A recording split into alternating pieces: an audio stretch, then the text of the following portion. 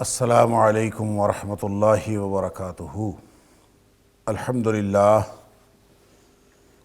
للہ وکفا وسلام علی عبادہ الذین اصطفیٰ۔ اشہد ان لا الہ الا اللہ وحدہ لا شریک لہ واشہد ان محمدا عبدہ ورسولہ صلی اللہ علیہ وآلہ وسلم۔ اللہم صلی علی محمد وعلی آل محمد کما صلیت علی ابراہیم وعلی آل ابراہیم انکا حمید مجید۔ اللہم بارک علی محمد وعلی آل محمد کما بارکت علی ابراہیم وعلی آل ابراہیم انکا حمید مجید۔ اما بعد فاعوذ باللہ السمیع العلیم من الشیطان الرجیم من ہمزہ ونفخہ ونفثہ۔ بسم اللہ الرحمن الرحیم۔ ربکم الذی یزجی لکم الفلک فی البحر لتبتغوا من فضلہ انہ کان بکم رحیما۔ تمہارا رب تو وہ ہے جو آہستگی سے نرمی سے چلاتا ہے تمہارے لیے کشتی کو سمندر میں تاکہ تم اس کا فضل تلاش کرو۔ انہو کان بکم رحیما، بے شک وہ تمہارے لیے بہت ہی رحم کرنے والا اور رحمتیں کرنے والا ہے۔ سورہ بنی اسرائیل کی آیت نمبر 66، یہاں سے آج کے سبق کا آغاز اللہ کی توفیق سے ہو رہا ہے، اور جس طرح گزشتہ دروس میں یہ بات بار بار کی جاتی رہی اور آپ کے علم میں ہے کہ سورہ بنی اسرائیل کی یہ آیات، جن کو آپ آیت نمبر 40 سے آنورڈز آیت نمبر 77 تک لے لیں، تو اس میں 3 قسم کے مضامین ہیں۔ ایک تو مشرکین کے اعتراضات کی بات ہوئی ہے جو انہوں نے قرآن پر، رسالت پر یا توحید پر کیے۔ اسی طرح اس میں تکریم انسانیت کا ذکر بھی ہے، جو آگے آیت نمبر 61 سے 71 تک جو تکریم انسانیت کا ذکر ہے، اور اس میں خاص طور پر آگے جو آیت آ رہی ہے وَلَقَدْ كَرَّمْنَا بَنِي آدم۔ اور پھر اسی طرح نبی اکرم صلی اللہ علیہ وآلہ وسلم کے مخالفین کو تنبیہ بھی کی گئی ہے، گویا وہ تکریم انسانیت جو اللہ تعالیٰ نے ہر انسان کو ایک عزت عطا فرمائی ہے، وہ عزت اور وہ تکریم شرک کے سبب اور نبی اکرم صلی اللہ علیہ وآلہ وسلم کی مخالفت کے سبب کفار مکہ کی قسمت میں وہ تکریم بھی نہیں رہی، گویا وہ اس سے بھی محروم ہو گئے ہیں۔ یہ ایک اجمالی گویا جائزہ ہے ان آیات کا، جہاں پہ ہم آج کل اس وقت مطالعہ کر رہے ہیں۔ تو اسی میں اس سے ماقبل کی آیت میں آپ نے پڑھا کہ اللہ کریم نے فرمایا تھا، جب ابتدائے آفرینش بات ہوئی ابلیس کی، تو ابلیس نے اللہ تعالیٰ کو چیلنج کیا تھا کہ میں اپنا یہ جو انسان کو آپ نے عزت دی ہے میرے اوپر، میں اس کو قابو میں کر لوں گا۔ لَأَحْتَنِكَنَّ ذُرِّيَّتَهُ إِلَّا قَلِيلًا، میں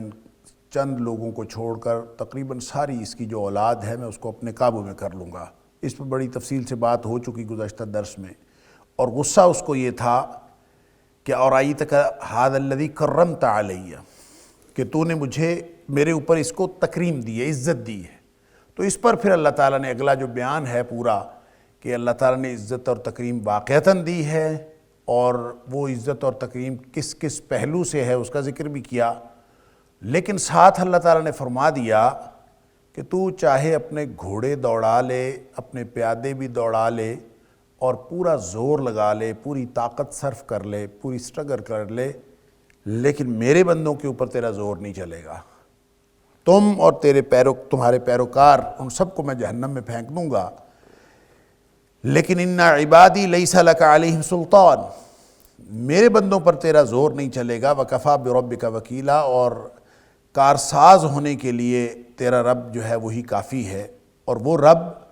جو با اختیار رب ہے، وہ عام رب نہیں ہے، وہ صرف دعوے والا رب نہیں ہے، وہ خالق ہے۔ ربکم، وہ تمہارا مالک بھی ہے، وہ تمہارا پالنے والا بھی ہے، وہ تمہارا خالق بھی ہے۔ الذی یزجی لکم الفلک فی البحر لتبتغوا من فضلہ۔ یہاں پہ پھر دو تین ایسے دلائل دیے ہیں کہ جو انسان کی کیفیات سے بھی تعلق رکھتے ہیں، انسان کے حصول رزق کے ساتھ بھی تعلق رکھتے ہیں، اور خاص طور پر اس دور کے جو مخاطبین ہیں ان کے حالات کے ساتھ تعلق رکھتے ہیں۔ تو یہ بظاہر توحید ہی کے دلائل ہیں کہ بحر و بر پر اسی کی حکومت ہے، اللہ کی، لہٰذا شیطان کو گویا جو چیلنج اس نے کیا تھا اس کو جواباً یہ بتایا جا رہا ہے، اور شیطان کے چیلوں کو اور اس کے پیروکاروں کو جو قیامت تک کے لیے اس کی پیروی میں کسی بھی صورت میں آئیں گے، ان سب کو بتایا جا رہا ہے کہ بظاہر تمہیں کوئی کنٹرول کسی کے اوپر نظر آئے، تمہیں کسی کا ہواؤں پر کنٹرول نظر آئے، سمندروں پر اور خشکی پر کنٹرول نظر آئے، تمہیں ایسے لگے کہ جیسے دنیا پر غلبہ حاصل کر لیا ہے شیطان کے چیلوں نے، تو دراصل اس غلبے کی کوئی حیثیت نہیں ہے۔ بحر و بر کے اوپر اصل حکمرانی تو اللہ کی ہے، لہٰذا کسی دھوکے میں نہیں آنا۔ جیسے سورہ آل عمران کی ایک آیت جو ہمیشہ نگاہوں میں رہنی چاہیے کہ اللہ کریم نے فرمایا وَلَا يَغُرَّنَّكَ تَقَلُّبُ الَّذِينَ كَفَرُوا فِي الْبِلَادِ، کافروں کا زمین میں شہروں میں دندناتے پھرنا تمہیں کسی دھوکے میں مبتلا نہ کرے۔ متاع قلیل، یہ تو چند تھوڑا سا فائدے کا سامان ہے، تھوڑی سی بات ہے۔ ثم مأواہم جہنم، پھر ان کا ٹھکانہ تو جہنم ہے۔ اللہ اکبر، وبئس المہاد، اور بہت ہی برا ٹھکانہ ہے۔ تو گویا یہاں کمپیریزن کیا جا رہا ہے کہ شیطان نے جو چیلنج کیا تھا اور اس کے لَأَحْتَنِكَنَّ ذُرِّيَّتَهُ إِلَّا قَلِيلًا، کہ اے اللہ تو نے اس کو کرمت علیہ، تو نے اس کو میرے اوپر عزت دی ہے، تو چلیں دیکھیں پھر میں کیا کرتا ہوں، اگر تو مجھے مہلت دے دے تو میں اس کو قابو کر لوں گا، اس کی ساری اولاد کو۔ اور اللہ تعالیٰ نے فرمایا اذهب فمن تبعك منهم فإنهم جہنم جزاؤكم جزاء موفورا، کہ تو اور تیرے پیچھے چلنے والے سب جہنم میں جائیں گے۔ واستفزز من استطعت منهم بصوتك واجلب عليهم بخيلك ورجلك وشاركهم في الأموال والأولاد وعدهم، تو نظریاتی طور پر، فکری طور پر ان کو متاثر کر لے، ان کے مال و جائیداد میں شامل ہو جا، تو ان کے اولادوں میں شامل ہو جا، ان کو حرام پر لگا لے، ہر طرح سے تو اپنا سارا کام کر لے، اور تیرا سارا کا سارا معاملہ جو ہے وہ دھوکے کا ہے۔ وما یعدہم الشیطان الا غرورا، جو فکری طور پر انسانوں کو وہ گمراہ کرتا ہے اس میں بھی دھوکہ ہوتا ہے، اور جو عملی طور پر گمراہ کرتا ہے اس میں بھی دھوکہ ہے۔ تو اس کے جواب میں پھر اللہ تعالیٰ نے فرمایا تھا کہ ان عبادی لیس لک علیہم سلطان، میرے بندوں پر تیرا زور نہیں چلے گا۔ یہ گویا یہ ہمیشہ سے رحمانی فوج اور شیطانی فوج کی جنگ یہ شروع سے لے کر یہ رہے گی، اور یہ امتحان ہے، اور دو ہی فوجیں ہیں، ایک حزب اللہ ہے، ایک حزب الشیطان ہے۔ ایک اللہ کے فوج کے سپاہی ہوتے ہیں اور ایک شیطان کی فوج کے سپاہی ہوتے ہیں۔ ہر وقت ہر لمحہ میرا اور آپ کا لائن اپ ہو رہا ہے کہ ہم اپنے آپ کو اسیس کریں کہ ہم دراصل کس کی فوج کے سپاہی بن رہے ہیں۔ اگر تو اللہ اور اس کے رسول صلی اللہ علیہ وسلم کی مرضی سے زندگی گزر رہی ہے، ہر لمحہ اور ہر مرحلہ زندگی ہم یہ سوچ کر گزار رہے ہیں کہ ہم اللہ کی مرضی سے زندگی گزاریں، نبی اکرم صلی اللہ علیہ وسلم کی سنت کے مطابق گزاریں، تو پھر انشاءاللہ اپنی غلطیوں، کوتاہیوں اور کمیوں کے باوجود ہم پھر بھی اللہ کی فوج کے سپاہی ہوں گے۔ اور اگر ایسا نہیں ہے تو پھر ہم شیطان کی فوج کے سپاہی ہیں۔ تو وہ اللہ جس نے اس کے چیلنج کے جواب میں ایک ہی پناہ گاہ ہے، اور وہ ہے اللہ کی پناہ میں آنا، وَكَفَى بِرَبِّكَ وَكِيلًا، اور یہ شیطان کے سارے ہتھ کنڈوں کے خلاف ایک اللہ ہی وکیل کے طور پر، کارساز کے طور پر کافی ہے۔ اور وہ رب تمہارا کون ہے؟ یُزْجِی لَکُمُ الْفُلْکَ فِی الْبَحْرِ، اس کا ایک پہلو یہ ہے اس کی قدرت کا کہ اس نے وہ آہستگی سے چلاتا ہے، نرمی سے چلاتا ہے تمہارے لیے کشتیاں سمندروں میں، لِتَبْتَغُوا مِن فَضْلِهِ، تاکہ تم اس کا فضل تلاش کرو۔ گویا رزق کے ساتھ کشتیوں کا سمندروں کے اندر، یعنی وہ تلاطم خیز موجیں سمندروں کی، اور ابلتے ہوئے سمندر اور انتہائی خوفناک پانی، اس میں بھی جب کشتی چلتی ہے تو وہ پانیوں کے اوپر اوپر چلتی ہے، یہ اللہ تعالیٰ نے اس کو مسخر کیا ہے اور وہاں اس پر چلانے کا اہتمام کیا ہے۔ کیوں؟ اس لیے کہ اس کے ساتھ رزق وابستہ ہے، اور یہ رزق اس وقت تو بالکل سادگی سے وابستہ ہوتا تھا کہ لوگوں نے کشتیوں میں بیٹھ کر مچھلیاں پکڑنی ہوتی تھیں اور سامان ایک جگہ سے دوسری جگہ لے کے جانا ہوتا تھا، لیکن جیسے جیسے ذرائع اور وسائل نے ترقی کی ہے اور انسانی ذہن نے ترقی کی ہے، پوری دنیا کی تجارت کا جو انحصار ہے وہ آج جدید ترین دنیا میں بھی وہ بحری پانیوں کے اوپر اور بحری بیڑوں کے اوپر ہے۔ اور یہ جتنے بھی پوری دنیا میں سب سے زیادہ جو تجارت ہو رہی ہے وہ سمندروں کے ذریعے سے ہو رہی ہے،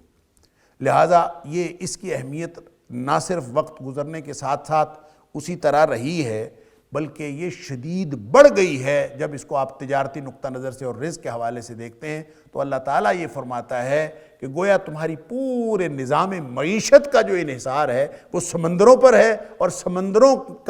سمندروں میں جو سفر کرنا ہے یہ اس کا انحصار اللہ کی اس قدرت پر ہے جو اللہ تعالیٰ نے تمہیں عطا کی ہے کہ وہ کشتیوں کو آسانی کے ساتھ اس کے اوپر چلاتا ہے۔ یزجی، ازجا یزجی کا معنی ہوتا ہے آہستگی سے چلانا، بالکل آہستہ اور نرمی کرنا۔ اللہ اکبر! تو بالکل یعنی جب وہ چل رہا ہوتا ہے تو وہ بہت بڑی بڑی موجیں ہوتی ہیں، لیکن کشتی جو ہے وہ اتنی آسانی سے چل رہی ہوتی ہے، سبحان اللہ۔ اور یہ کیوں ہے؟ انہ کان بکم رحیما، اس لیے کہ اللہ رحمتیں کرنے والا ہے، وہ تمہارے اوپر رحمتیں کرتا ہے، اور تمہارے لیے اس نے اپنی رحمت کے اظہار کے طور پر یہ تمہیں سمندروں کے اندر یہ تسخیر عطا فرمائی ہے۔ وَإِذَا مَسَّكُمُ الضُّرُّ فِي الْبَحْرِ ضَلَّ مَن تَدْعُونَ إِلَّا إِيَّاهُ۔ توحید کو سمجھنے کے لیے یہ طریقہ بھی اللہ کریم نے، یہ اسلوب بھی بیان فرمایا ہے، یہ اسلوب بھی اپنایا ہے، پورے قرآن میں جگہ جگہ پہ یہ بات آئی۔ اللہ اکبر! کہ جب سمندر کے اندر کوئی مصیبت پڑتی ہے، وَإِذَا مَسَّكُمُ الضُّرُّ، جب تمہیں کوئی تکلیف پہنچتی ہے، فِي الْبَحْرِ، سمندروں میں، ضَلَّ مَن تَدْعُونَ إِلَّا إِيَّاهُ، وہاں پہ سب گم ہو جاتے ہیں، کوئی اور یاد نہیں آتا۔ سمندر کے اندر جب کشتی پھنس جائے بھمر میں، یا طوفان آ جائے، یا کوئی ایسی آفت، کوئی مصیبت سمندر کے اندر آ جائے، تو چونکہ سمندر جو ہے وہ ایک انتہائی خوفناک سچویشن میں انسان پھنستا ہے اور خشکی سے بہت دور ہوتا ہے، تو ایک دم وہ پھر سمجھتا ہے کہ اب مجھے سوائے اللہ کے کوئی نہیں بچا سکتا۔ تو اللہ تعالیٰ فرماتا ہے ضَلَّ مَن تَدْعُونَ، ہر کوئی گم ہو جاتا ہے تمہارے وہم و خیال سے جن کو تم پکارا کرتے ہو، اِلَّا إِيَّاهُ، سوائے اللہ کے، ایک اللہ رہ جاتا ہے اکیلا۔ اللہ اکبر! یہ ظاہر ہے کہ وہاں جب اپنی جان کی فکر پڑتی ہے تو انسان کی فطرت بولتی ہے، اور فطرت کیا ہے؟ کل مولود یولد علی الفطرہ۔ فطرت کیا ہے؟ فطرت کے اندر توحید ہے، فطرت کے اندر ایک اللہ کا تصور ہے۔ لہٰذا جب موت سامنے ہوتی ہے تو انسان صرف اللہ کو پکارتا ہے۔ تو یہ انسان کی فطرت ہے کہ اس خطرے میں تو اللہ کو پکارتا ہے، لیکن جو ہی واپس خشکی پہ آتا ہے، فَلَمَّا نَجَّاكُمْ إِلَى الْبَرِّ، جب وہ تمہیں نجات دے دیتا ہے خشکی کی طرف، أَعْرَضْتُمْ، تم پھر منہ پھیر لیتے، وہاں آ کے پھر انسان شرک کرنا شروع کر دیتا ہے۔ یہ مضمون اللہ کریم نے مختلف اسلوب کے ساتھ قرآن حکیم میں مختلف جگہوں پہ بیان فرمایا ہے، جیسے سورہ یونس کے اندر آیت نمبر 22 اور 23 میں پڑھ آئے ہیں کہ جو ہی خشکی پہ آتے ہیں پھر شرک کرنا شروع کر دیتے ہیں، اور سمندر میں جاتے ہیں تو وہاں اکیلے واحد اللہ کو پکارتے ہیں۔ تو جب اکرمہ بن ابی جہل نبی اکرم صلی اللہ علیہ وسلم سے فتح مکہ کے موقع پر فرار ہو کے نکل گئے تھے، اور کشتی میں سوار ہوئے اور کشتی میں جا رہے تھے، اور بالکل ان کا تو خیال یہ تھا کہ میں نکل جاؤں گا کسی اور دنیا میں، لیکن وہاں کشتی جب بھنور میں پھنسی اور اللہ نے کہا کہ سوائے اللہ کے کوئی نہیں بچا سکتا، اللہ اکبر، تو وہیں کشتی میں بیٹھے بیٹھے خیال آیا کہ یہی بات تو محمد کریم صلی اللہ علیہ وسلم فرماتے ہیں، یہی تو دعوت ان کی ہے، لہٰذا اگر یہاں کوئی نہیں بچا سکتا سمندر کے اندر تو پھر خشکی پہ بھی کوئی نہیں بچا سکتا۔ تو اسی وقت کہتے ہیں میں نے ارادہ کر لیا کہ اگر میں زندہ بچ گیا تو میں نبی اکرم صلی اللہ علیہ وسلم کے دربار میں حاضر ہو کر میں اسلام قبول کر لوں گا۔ تو پھر اللہ تعالیٰ نے بچا لیا، قسمت اچھی تھی، اور وہ واپس آئے اور آ کے نبی اکرم صلی اللہ علیہ وسلم کے ہاتھ پر اسلام قبول کیا اور انتہائی مخلص مسلمان بنے حضرت اکرمہ رضی اللہ تعالی عنہ۔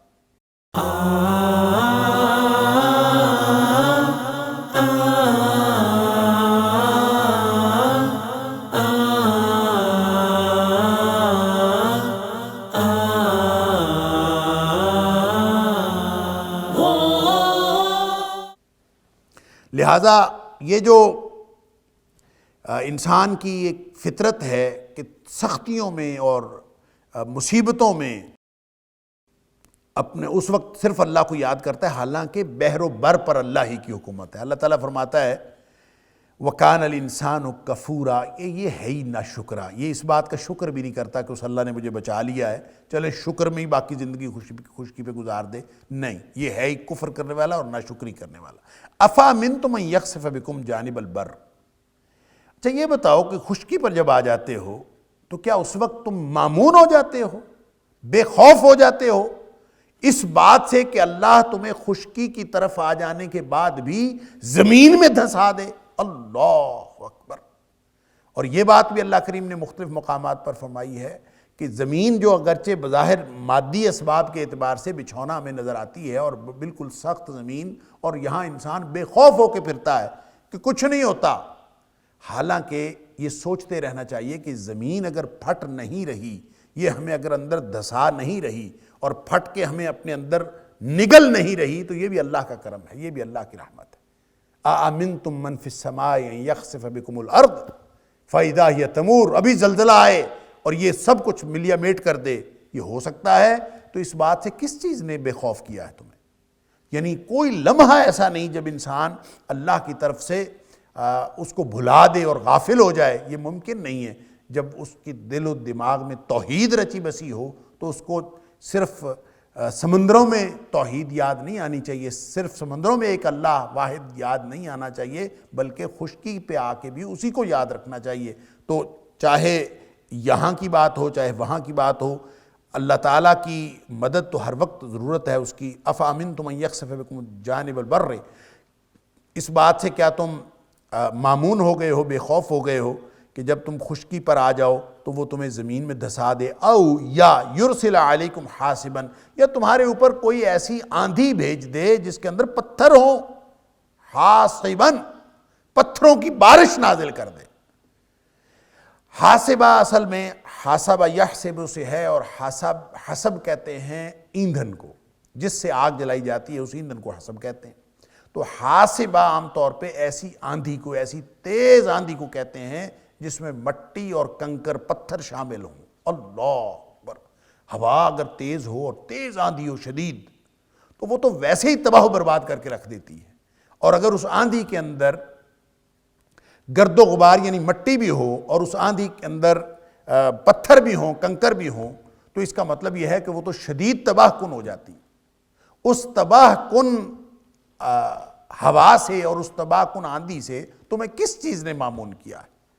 تو او یرسل علیکم حاسبہ، یہ وہی حاسبہ ہے جس کا ذکر اللہ کریم نے قرآن میں فرمایا ہے کہ جب حضرت لوط علیہ السلام کی قوم پر جب عذاب آیا تھا تو ان کے اوپر بھی یہی پتھروں کی بارش ہوئی تھی، یہ پتھروں کی آندھی چلی تھی۔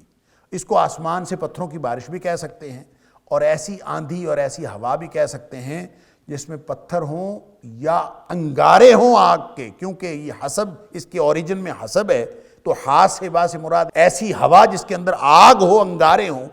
یا پتھر ہوں، تو گویا یہ مٹی، گرد و غبار اور پتھروں اور انگاروں سے ملی ہوئی ایک آندھی، اللہ تعالیٰ معاف فرمائے، یہ تباہ و برباد کر کے رکھ دیتی ہے۔ تو اللہ تعالیٰ پوچھتا ہے أَفَأَمِنْتُمْ أَنْ يَخْسِفَ بِكُمْ جَانِبَ الْبَرِّ أَوْ يُرْسِلَ عَلَيْكُمْ حَاسِبًا، کہ تم اس بات سے مامون ہو گئے ہو کہ سمندر سے بچ کے آ گئے ہو، تمہیں تو اللہ کا شکر کرنا چاہیے تھا، تو خشکی پہ آ کے اللہ تعالیٰ تمہیں زمین میں دھسا دے، زلزلہ آ جائے، ابھی زمین پھٹے، تم اس کے اندر چلے جاؤ، یا پھر تمہارے اوپر پتھروں کی بارش ہو، یا پھر ایسی آندھی آئے جس کے اندر کنکر یا انگارے ہوں اور گرد و غبار بھرا ہوا ہو اور تمہیں تباہ و برباد کر کے رکھ دے۔ کس چیز نے تمہیں اللہ سے بے خوف کر دیا ہے؟ اللہ اکبر۔ ثم لا تجدوا لکم وکیلا، اور اگر اللہ کا عذاب آ جائے تو پھر تمہارے لیے کوئی کارساز نہیں ہوگا اللہ کے علاوہ۔ اللہ اکبر۔ ام امنتم ان یعیدکم فیہ تارۃ اخری، ایک اور بات بھی کہ اب تم سمندر سے بچ کے خشکی پہ آ گئے ہو تو بھلے مان لیا کہ خشکی کے اوپر تم مامون ہو، تو کیا دوبارہ سمندر میں کبھی نہیں جانا؟ دوبارہ موقع نہیں ملنا، دوبارہ ضرورت نہیں پڑنی تمہیں وہاں جانے کی؟ تارۃ اخری، پھر دوبارہ کہ جب سمندر میں جاؤ گے، رزق تو اسی سے وابستہ ہے، تجارت تو ساری وہیں چل رہی ہے، ہر چیز کا تعلق تو اسی کے ساتھ ہے، تمہاری زندگی کے جو تگ و تاز ہے، تمہاری زندگی کی جو رونق ہے، تمہاری زندگی کی جو ضرورتیں ہیں، وہ ساری اس کے ساتھ منسلک ہیں۔ تو پھر جب دوبارہ جاؤ گے، امن تم، کیا تم اس بات سے بھی بے خوف ہو گئے ہو ان یعیدکم فیہ تارۃ اخری، کہ وہ دوبارہ تمہیں سمندر میں لے جائے؟ تو جب دوبارہ سمندر میں جاؤ گے تو پھر اب اللہ کو پکارا ہے، اکیلے اللہ کو، جب دوبارہ سمندر میں جاؤ گے تو پھر اسی کو ہی پکارنا ہے نا۔ تو پھر یہ درمیان میں مخالفت اس کی کیوں؟ درمیان میں آ کے شرک اس کے ساتھ کیوں؟ اللہ اکبر۔ فرمایا فَيُرْسِلَ عَلَيْكُمْ قَاصِفًا مِّنَ الرِّيحِ، قَاصِفًا مِّنَ الرِّيحِ، ایسے ہو سکتا ہے کہ دوبارہ جب تم سمندر میں جاؤ وہ تمہارے اوپر ایسی ہوا بھیجے، ایسی تند اور تیز آندھی بھیجے جو تمہارے لیے تمہاری کشتیوں کو توڑ کے رکھ دے۔ قاصف کہتے ہیں توڑ دینے والی ہوا کو، ایسی ہوا، ایسی آندھی جو درختوں کو بھی اکھاڑ کے رکھ دے، اس کو قاصف کہتے ہیں۔ اور یہ لطائف اللغہ میں لکھا ہے کہ یہ جو ایک ہوتے ہیں عواصف، عاصفہ عین کے ساتھ، ایک ہوتی ہے قاصفہ، قاصف اور عاصف، یہ دونوں ہوائیں اور تیز تند و تیز آندھیاں ہوتی ہیں جو تباہ و برباد کر کے رکھ دیتی ہیں۔ تو عاصف اس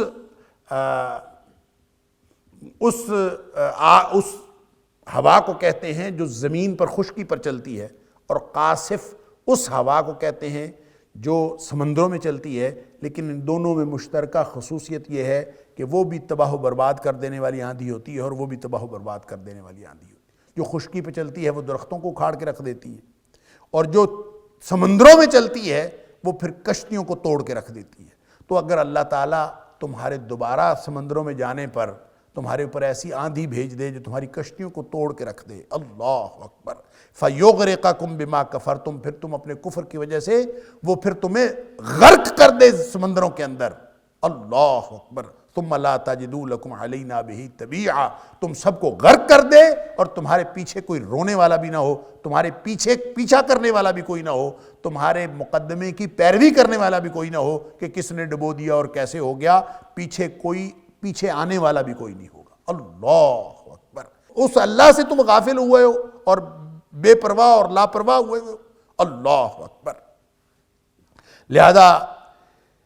ام امنتم ان یعیدکم، یہ ہیں تو توحید کے دلائل، لیکن انتہائی تنبیہ کی جا رہی ہے اور انتہا درجے کی تحدید ہے کہ ڈر جاؤ اس اللہ سے، اور اس اللہ سے بے خوف ہو کر زندگی، غافل اور لاپرواہ ہو کر زندگی نہ گزارو۔ ام امنتم ان یعیدکم فیہ تارۃ اخری، دوبارہ تمہیں سمندروں میں لے جائے، فیرسل علیکم قاصفا من الریح، اور ایسی ہوا تمہارے اوپر بھیجے جو توڑ دینے والی ہو، فیغرقکم بما کفرتم، پھر وہ تمہاری کشتیاں وغیرہ توڑ پھوڑ کے رکھ دے اور تمہیں غرق کر دے اس تمہارے کفر کی وجہ سے، ثم لا تجدوا لکم، پھر تم نہ پاؤ علینا ہمارے اوپر بہی تبیعا، اس کے اوپر کوئی پیچھے آنے والا، یعنی تمہاری پیروی کرنے والا بھی کوئی نہ ہو، اللہ اکبر، پیچھا کرنے والا بھی کوئی نہ ہو۔ وَلَقَدْ كَرَّمْنَا بَنِي آدم، اور یقیناً ہم نے عزت اور تکریم دی ہے بنی آدم کو، آدم کی اولاد کو، وَحَمَلْنَاهُمْ فِي الْبَرِّ وَالْبَحْرِ، اور اس کو سواریاں دی ہیں خشکی میں بھی اور سمندروں میں بھی، وَرَزَقْنَاهُمْ، اور ہم نے اس کو رزق دیا ہے من الطیبات، پاکیزہ چیزوں سے، وَفَضَّلْنَاهُمْ، اور اس کو ہم نے فضیلت دی ہے علی کثیر، بہت ساری چیزوں پر، ممن خلقنا، جو ہم نے پیدا کی، تفضیلا، بہت ساری فضیلت، یعنی اللہ تعالیٰ فرما رہا ہے کہ ہم نے بنی آدم کو ویسی فضیلت دی ہے، اور اس کی فضیلت کے کچھ پہلو کیا ہیں کہ ہم نے سمندروں اور خشکی پر اس کے لیے سواریاں مہیا کی ہیں، اور پھر ساتھ ہی ساتھ پاکیزہ چیزوں کا رزق دیا ہے، اور بہت ساری مخلوقات کے اوپر اس کو فضیلت عطا کی ہے۔ اب یہ جو بات شروع ہوئی تھی آیت نمبر 61 سے، جہاں ابلیس نے کہا تھا کہ کیا میں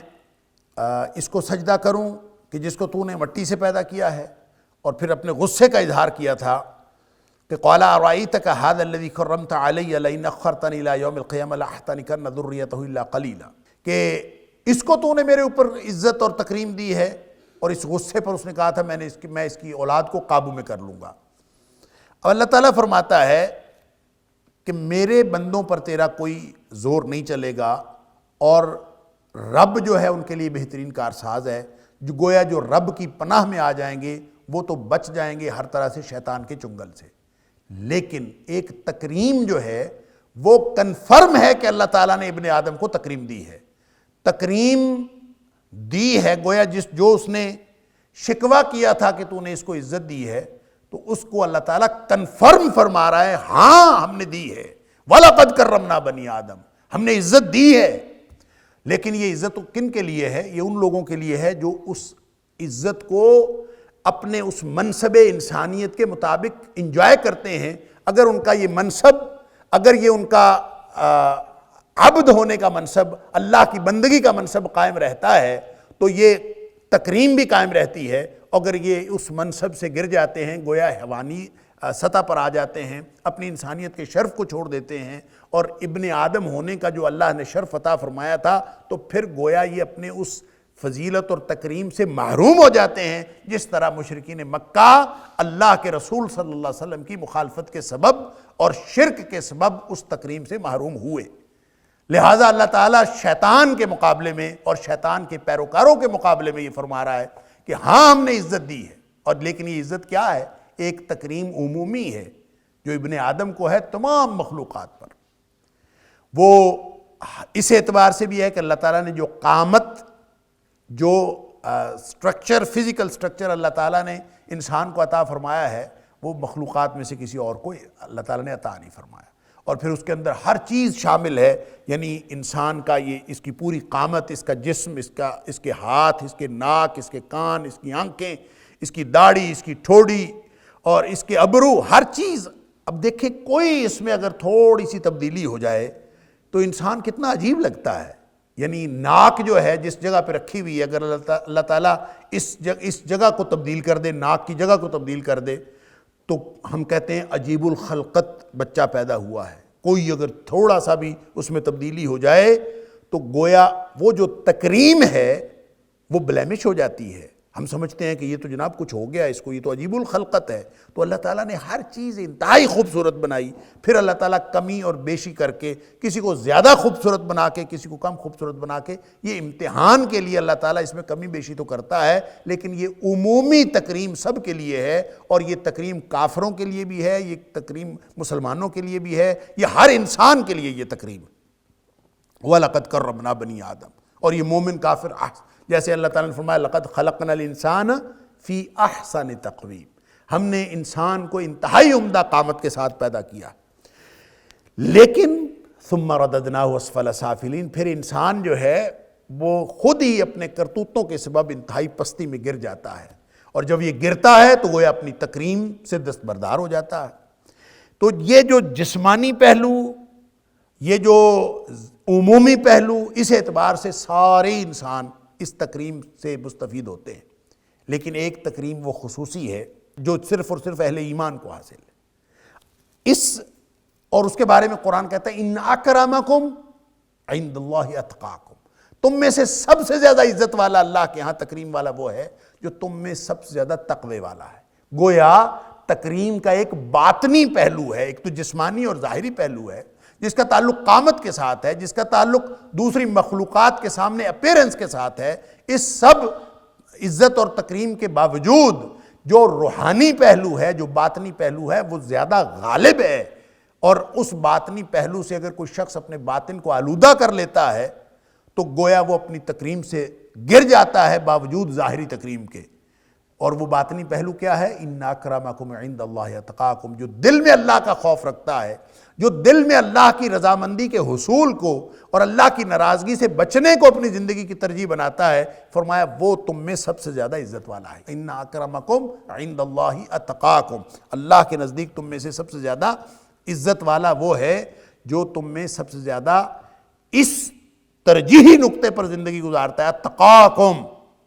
جو ہر وقت یہ سوچتا ہے کہیں میرا اللہ ناراض نہ ہو جائے، جو ہر وقت یہ سوچتا ہے کہ مجھ سے کوئی چھوٹے سے چھوٹا ایسا کام سرزد نہ ہو جائے جو اللہ کی ناراضگی کا باعث بن سکتا ہے، اور کوئی چھوٹے سے چھوٹا کام ہونے سے رہ نہ جائے جو اللہ کی رضامندی کا باعث بن سکتا ہے۔ جو اس طرح زندگی گزارتا ہے وہ سب سے زیادہ عزت والا ہے، سبحان اللہ۔ لہٰذا مادی اسباب، مادی فضیلتیں، یہ ساری چیزیں ہیں اپنی جگہ، اور فرمایا کہ یہ جو ظاہری چیزیں ہیں وَحَمَلْنَاهُمْ فِي الْبَرِّ وَالْبَحْرِ، اور ہم نے ابن آدم کو سواریاں عطا کی، حملناہم، ان کو ہم نے اٹھایا ہے۔ سواریاں کیا ہیں؟ فی البر والبحر، اور کچھ سواریاں زمین پر چلنے والی، اس میں آپ اس دور کے اعتبار سے گھوڑے خچر وغیرہ کہہ سکتے ہیں، اور ظاہر ہے قرآن میں کہیں سورہ نحل کے اندر ہم پڑھ آئے ہیں اللہ تعالیٰ نے سواریوں کا ذکر کیا تو والخیل والبغال والحمیر، گدے خچر گھوڑوں کا ذکر ہوا، گاڑی کا، بس کا، ریل گاڑی کا، جہاز کا ذکر نہیں ہوا۔ تو انسان یہ سوچ سکتا ہے کہ یہ اس کا ذکر کیوں نہیں ہوا؟ تو اس لیے نہیں ہوا کہ وہاں اللہ کریم نے فرما دیا وَيَخْلُقُ مَا لَا تَعْلَمُونَ، یہ نہیں فرمایا کہ ریل گاڑی، اگر اس وقت اللہ تعالیٰ ریل گاڑی کا ذکر کر دیتا تو اس وقت کے عرب کیا سمجھتے کہ کیا پیدا کیا ہے؟ تو چونکہ قرآن زندہ معجزہ ہے اور زندہ کتاب ہے اور ہر دور کے لیے ہے، اس لیے مستقبل کی سواریاں جو ہیں وَيَخْلُقُ مَا لَا تَعْلَمُونَ، ایسی ایسی سواریاں وہ پیدا کرے گا جو تم نہیں جانتے۔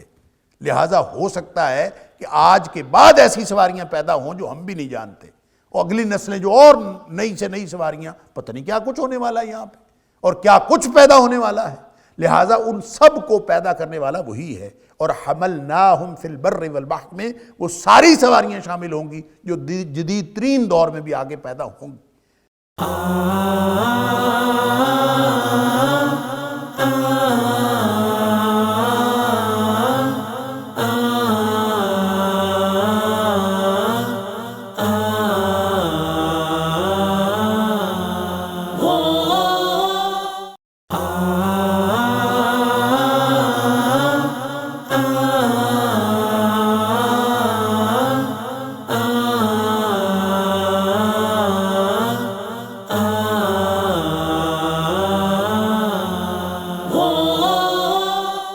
اور اسی طرح سمندروں کے اندر، اب جو پیچھے خوف دلایا تھا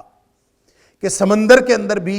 اللہ تعالیٰ ہی حفاظت کرنے والا ہے اور خشکی پر بھی اللہ ہی حفاظت کرنے والا ہے، اور سمندروں کے اندر یعنی بحر و بر پر اسی کی حکمرانی چلتی ہے، اور اس نے رحمت کی ہے کہ جو تمہارے اوپر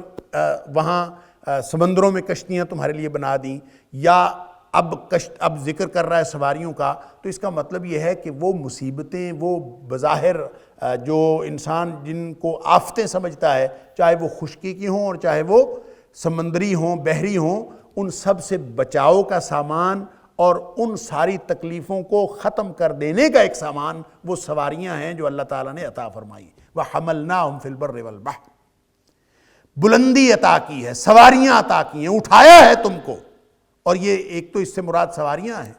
اور دوسرا یہ ان آفتوں کے اوپر سوار ہونا ہے، ان کو کور کرنا ہے، ان کے اوپر چڑھ دوڑنا ہے، کہ چاہے سمندر کی باتیں ہوں، چاہے وہ خشکی کی باتیں ہوں۔ اب یہ جدید ترین جہاز آ گئے، ہوائی جہاز آ گئے، یہ خشکی پر چلنے والی گاڑیاں بڑی جدید سے جدید، اور یہ تکلیفوں سے بالکل آزاد ہو کر انسان سفر کر لیتا ہے۔ اسی طرح بحری جہاز جو ہیں وہ بھی جدید سے جدید آ رہے ہیں، اور انسان جیسے جیسے ترقی کرتا چلا جا رہا ہے، اللہ تعالیٰ نے انسان کو جتنا پوٹینشل نالج دیا ہے اس کو اظہار کر کے اس کے ذریعے سے، نئی نئی ایجادات کے ذریعے سے یہ اپنی سہولتوں میں اضافہ کرتا چلا جا رہا ہے۔ فرمایا یہ سارا کچھ اصل میں ہم نے عطا کیا۔ وَحَمَلْنَاهُمْ فِي الْبَرِّ وَالْبَحْرِ، سبحان اللہ۔ اور ظاہر ہے کہ انسان یہ جو سواریاں ہیں یہ بھی اس کی تکریم میں اضافے کا باعث ہے۔ جس کے پاس گاڑی ہوتی ہے، اب ظاہر ہے کہ یہ تو پیدل چلنے والا اور گاڑی پہ سواری کرنے والا فرق تو ہے، اور پھر گاڑی عام گاڑی اور پھر زیادہ اچھی گاڑی اور فرق ہے، اور پھر اسی طرح سے کوئی اگر ہوائی جہاز میں جاتا ہے تو اور فرق ہے۔ تو گویا یہ جو سواریاں ہیں یہ بھی عزت اور تکریم کا باعث ہیں۔ حملناہم فی البر والبحر جو فرمایا، تو یہ دراصل انسان کی تکریم کا ایک پہلو ہے کہ اللہ تعالیٰ نے اس کے لیے سواریاں مہیا کی ہیں۔ ہم اس ان سواریوں کو جو تکریم کی اللہ تعالیٰ نے تو تکریم کی، اگر ہم انسانوں پر فخر کرنے کا اور دوسروں پر شو آف کرنے کا ذریعہ بنا لے تو یہی سواریاں گناہ بن جاتی ہیں۔ اللہ اکبر۔ نبی اکرم صلی اللہ علیہ وسلم کا فرمان ہے، بخاری شریف کی حدیث ہے، نبی اکرم صلی اللہ علیہ وسلم فرمایا گھوڑا جو ہے جو انسان پالتا ہے یہ 3 قسم کا ہوتا ہے۔ ایک گھوڑا پالنے والے کے لیے اجر ہے، ایک گھوڑا پالنے والے کے لیے وزر ہے یعنی گناہ ہے، اور ایک گھوڑا پالنے والے کے لیے ستر یا ستر ہے یعنی اس کو چھپانے والا، اس کی پردہ پوشی کرنے والا اور اس کی ضرورت پوری کرنے والا۔ تو وہ اس کی پھر آپ نے ڈیفینیشن بتائی کہ فرمایا کہ جو گھوڑا انسان اس لیے رکھتا ہے کہ وہ اس کو وہ جہاد کے لیے استعمال کرے، وہ اعلاء کلمت اللہ کے لیے استعمال کرے، وہ دینی سرگرمیوں کے لیے استعمال کرے، جو اس نیت سے گھوڑا پالتا ہے فرمایا وہ اس کے لیے اجر بن جاتا ہے، اگرچہ اس کے اوپر خود سواری بھی کرتا ہے، وہ بیوی بچوں کو بھی لے کے جاتا ہے، وہ سب کچھ کرتا ہے، لیکن اس کی نیت یہ تھی۔ اب ظاہر ہے یہاں گھوڑے کی بات ہوئی ہے تو گھوڑا اس دور کے اعتبار سے بہترین سواری تھی، اور جدید ترین دور میں جو جدید ترین سواری ہوگی وہ بھی اگر کوئی شخص جہاد کی نیت سے، اعلاء کلمت اللہ کی نیت سے یا دینی سرگرمیوں کی نیت سے لیتا ہے تو اللہ تعالیٰ اس کو اجر بنا دیتا ہے۔ اور دوسری قسم یہ ہے کہ وہ وزر ہوتا ہے۔ وزر کا کیا مطلب؟ اگر کوئی فخر کے لیے لے، دوسروں پر فوقیت اور برتری جتانے کے لیے، میرے پاس گاڑی، کیونکہ برتری اور تکریم کا ایک پہلو تو ہے بہرحال، لہٰذا دروازے پہ اگر بہت عمدہ گھوڑا بندھا ہوا ہو یا آج کے دور میں بہت عمدہ گاڑی کھڑی ہوئی ہو تو وہ دوسروں پر مزید عزت اور تکریم میں اضافہ کرنے والی بنتی ہے مادی اعتبار سے۔ لہٰذا فرمایا کہ اگر کوئی شخص اس طرح سے کرتا ہے تو یہ گناہ ہے، یہ وزر ہے، اس کے لیے وہ گھوڑا پالنا گناہ ہو جاتا ہے۔ اور تیسرا یہ ہے کہ آدمی نے نہ تو کسی اعلیٰ مقصد کے لیے گھوڑا رکھا اور نہ ہی کسی ادنا مقصد کے لیے، بلکہ وہ اپنی ضرورت پوری کرنے کے لیے رکھتا ہے کہ اس کو جانا آنا پڑتا ہے، وہ چاہتا ہے کہ وہ اپنی سہولت کے لیے رکھ لے، تو نبی اکرم صلی اللہ علیہ وسلم فرمایا یہ اس کے لیے ستر ہے یا ستر ہے کہ اس کی ضرورت پوری کرتا ہے، نہ گناہ ہے اور نہ ہی کوئی اجر کا باعث ہے، بلکہ یہ اس کی ضرورت پوری کرنے کے لیے ہے۔ سبحان اللہ۔ اب یہ تکریم اللہ نے عطا فرمائی ہے، لیکن اس تکریم کو اگر انسان فخر و مباح کا ذریعہ بنائے تو اس سے وہ گناہ ہو جاتا ہے، اور اگر انسان اس کو ضرورت پوری کرنے کا اور اللہ کی ایک نعمت سمجھ کے اس سے ضرورت پوری کرتا ہے اور شکر کرتا رہتا ہے تو پھر اس سے کوئی گناہ نہیں ہے۔ اس کو استعمال کرنا اعلیٰ مقصد کے لیے رکھے گا تو وہ تو بہت بڑا اجر ہے، نہیں بھی اعلیٰ مقصد کے لیے رکھتا تو یہ اللہ نے اس کے لیے بنائی ہے۔ اللہ تعالیٰ فرماتا ہے کہ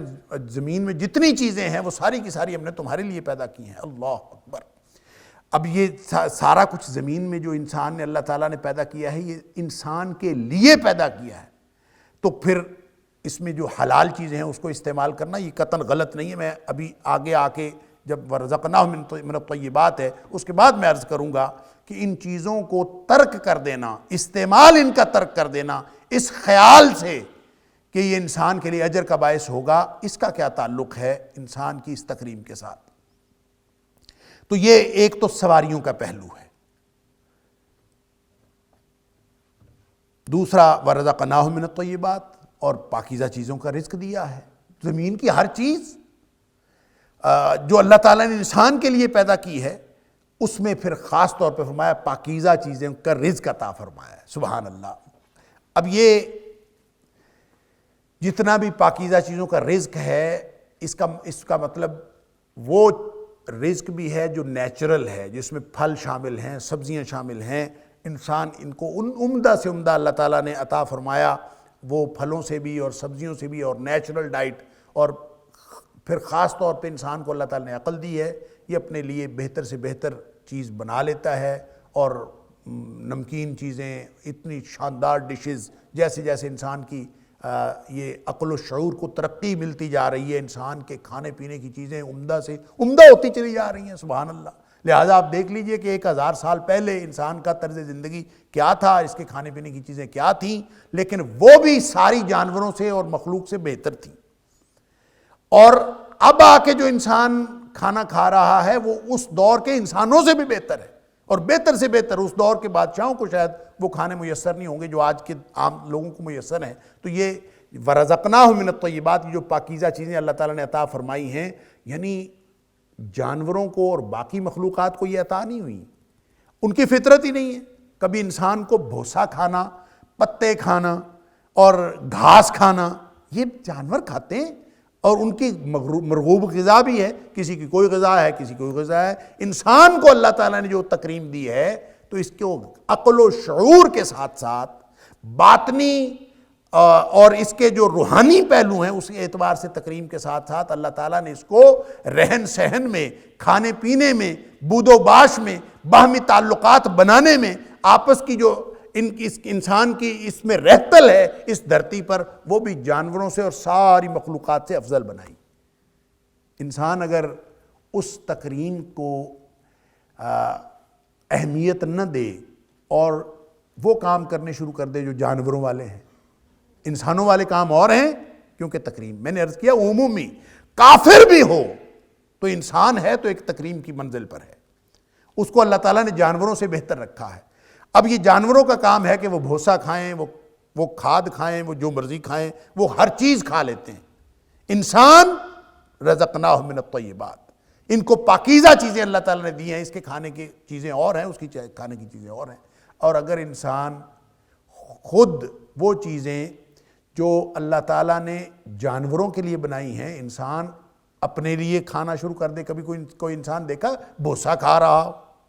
یا کوئی اس طرح کا کھا رہا ہو، تو اس کا مطلب یہ ہوگا کہ چاہے وہ کھانے پینے کے اعتبار سے ہو، چاہے طرز بود و باش کے اعتبار سے ہو، جب انسان اپنی ان چیزوں کو جو اللہ نے خاص طور پر انسان کے لیے پیدا کی ہیں، اگر انسان ان کو ترک کر دے گا تو اس کا مطلب یہ ہے کہ اپنی تکریم سے دستبردار ہو رہا،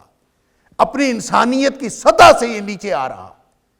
اس لیے اللہ تعالیٰ نے جگہ جگہ فرمایا ہے کہ اولئک کالانعام بل ھم اضل، جو اللہ کے دیے ہوئے آنکھوں، کانوں اور دل کو استعمال نہیں کرتے، اس شعور کو استعمال نہیں کرتے، اس ظاہری تکریم کو جو اللہ نے آنکھوں کے ذریعے سے، اللہ تعالیٰ نے شعور اور بصیرت کے ذریعے سے اور سماعتوں کے ذریعے سے، زبان کے ذریعے سے، اور اللہ تعالیٰ نے فزیکل فیکلٹیز کے حوالے سے عطا فرمائی ہیں، اگر انسان اس کے ذریعے سے اپنی اس تکریم کو انجوائے نہیں کرتا تو اس سے کام نہیں لیتا، وظیفہ انسانیت ادا نہیں کرتا، تو پھر یہ نیچے آ جاتا ہے اولئک کالانعام بل ھم اضل، بلکہ یہ انسان، یہ جانوروں جیسا ہے، جانوروں سے بھی گیا گزرا۔ اللہ اکبر۔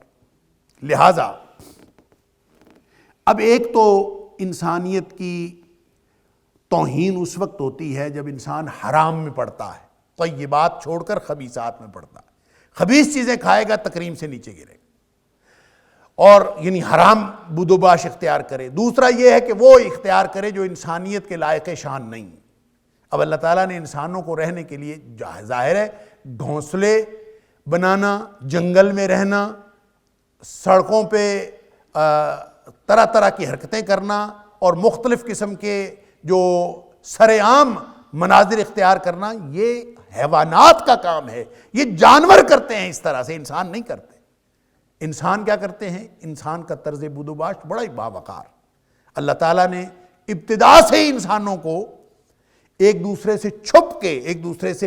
پردہ کر کے اپنے گھروں کے اندر، اپنی چار دیواری کے اندر رہنے کا اور اپنے جملہ امور سر انجام دینے کا ایک تکریم کا، ایک باعزت اور باوقار طریقہ بتایا ہے۔ اب اگر کوئی شخص اس طریقے کو نہیں استعمال کرتا یا کوئی قوم اس کو استعمال نہیں کرتی تو اس کا مطلب ہے وہ قوم جانوروں کی سطح پر آ گئی ہے، اللہ تعالیٰ معاف فرمائے۔ لہٰذا آپ اس کو دیکھ لیجئے، یہ تکریم سے دستبردار ہونے کی بات ہے۔ کوئی بھی انسان، چاہے وہ ماننے والا ہو اللہ کو، چاہے نہ ماننے والا ہو، یہ ایک انسانی سطح ہے، اور اگر انسان انسانی سطح کو بھی یعنی چاہے وہ طرز بود و باش کے اعتبار سے ہو اور چاہے کھانے پینے کے اعتبار سے ہو، جب وہ اس سے نیچے آتا ہے تو گویا وہ اپنی تکریم سے دستبردار ہوتا۔ فرمایا یہ مختلف پہلو ہیں، تو دراصل حقیقت بات یہ ہے وَفَضَّلْنَاهُمْ عَلَىٰ كَثِيرٍ مِّمَّنْ خَلَقْنَا تَفْضِيلًا، ہم نے بہت ساری مخلوق پر بہت سارے اعتبار سے، بہت سارے پہلوؤں سے ہم نے فضیلتیں عطا کی۔ انسان ہے اشرف المخلوقات، لیکن یہ اشرف المخلوقات اشرف رہتا ہے جب یہ اپنے ظاہری، باطنی اور روحانی پہلوؤں سے اس تکریم کے معیار کو برقرار رکھے تو پھر یہ تکریم پر رہتا ہے، وگرنہ نہیں رہتا۔ اب اس میں ایک پہلو اور ہے، اس پر بھی آپ غور کر لیجئے کہ ایک تو حرام میں پڑھ کر اپنے آپ کو تکریم سے نیچے گرانا ہے، اور ایک اور طریقہ معاشرے کے اندر رائج ہو گیا جو خاص طور پر